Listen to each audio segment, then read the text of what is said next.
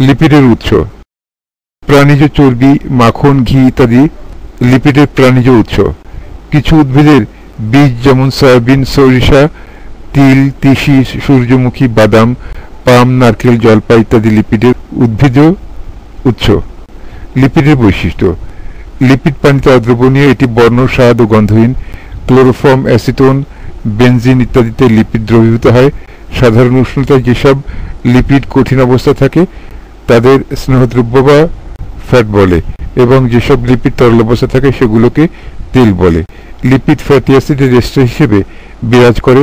লিপিডের আণবিক ওজন বৃদ্ধির সাথে সাথে গলনাঙ্ক বৃদ্ধি পায়। আর্দ্র বিশ্লেষণে লিপিড ফ্যাটি অ্যাসিড ও গ্লিসারলে পরিণত হয়। লিপিড পানির চেয়ে হালকা। আমরা পড়ে ফেললাম, এখন আমরা একটু বিশ্লেষণ করবার চেষ্টা করি। তাহলে আমরা দেখলাম যে লিপিড হচ্ছে উদ্ভিদ ও প্রাণীদেহে বিদ্যমান গুরুত্বপূর্ণ জৈব রাসায়নিক পদার্থ। কি ধরনের পদার্থ?